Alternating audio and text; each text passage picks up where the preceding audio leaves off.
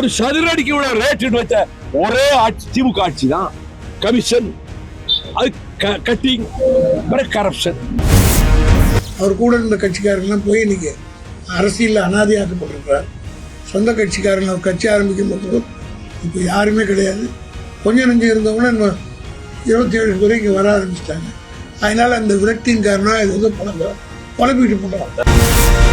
ஜனவரி மாதம் உள்ளாட்சி தேர்தல் நடந்துடும்.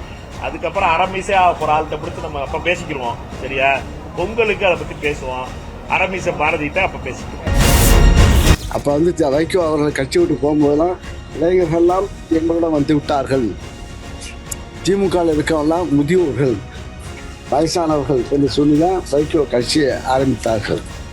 அப்ப இளைஞர்கள்லாம் எங்களுடைய பக்கம் வேறாவசிப்பு யார் இளைஞராக இருக்கின்றார்கள். திமுக என்றும் இளமையாக எப்போதும் இருக்கும். ஐயா வைகோ அவர்கள் மூத்தவர். ரொம்ப மூத்தவர். அவர் வந்து என்னைக்கும் பதவிக்காக ஆசைப்பட்டதில்லை. அவருக்கு அமைச்சர் பதவி கிடைச்ச கூட அவர் பதவிக்கு ஆசைப்பட்டதில்லை. அவர் 2004 அவர்களுக்கு கிடைச்ச எம்பி பதவியும் சேர்த்து திரு கலைஞர் அவர்கள், திரு கருணாநிதி அவர்கள் அதையும் சேர்த்து பேரம் பேசி அவங்க கட்சிக்கு மினிஸ்டர் வாங்கிட்டு போயிட்டார் பிறந்த காங்கிரஸ்ல. தமிழகத்துக்கும் தமிழ்நாட்டுக்கும் செந்தமிழ்நாட்டு மொழி உரிமைக்கும் செந்தமிழ்நாட்டு வாழ்வுரிமைகளுக்கும் என் வாழ்க்கையவே அர்ப்பணித்து நான் போராடி வருகிறேன். அது யாராலும் அங்கீகரிக்கப்படவில்லை. ஏடுகளோ ஊடகங்களோ அதை ஒரு வார்த்தை கூட சொல்ல என்றைக்கும் அவர்கள் தயாராக இல்லை. அதற்காக அவர்கள் மீது எனக்கு அந்த கோபம் இல்லை. தமிழ்நாட்டு அரசியலில் கூட்டணி ஆட்சி முறை என்கிற முன்னெடுப்பு, ஒடுக்கப்பட்ட மக்களுக்கான பிரதிநிதித்துவம், உண்மையான நேர்மையான தேவையான சரியான பிரதிநிதித்துவம் என்கிற அரசியல் சூழல் இன்றைக்கு மலர்ந்திருக்கிறது.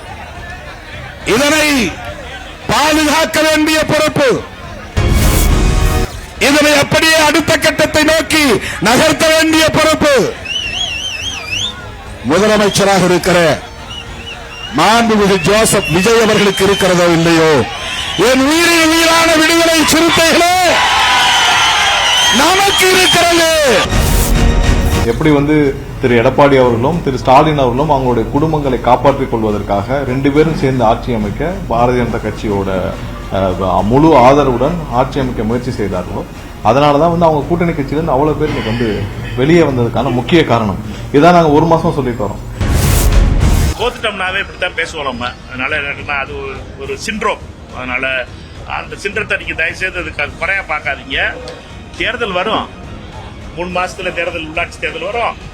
6 மாசத்துல இடைத்தேர்தல் வரும். 3 வருஷம் கழிச்சு பாராளுமன்ற தேர்தல் வரும். ஜெயிக்க போறது யாருக்குன்னு இதான கேள்வி.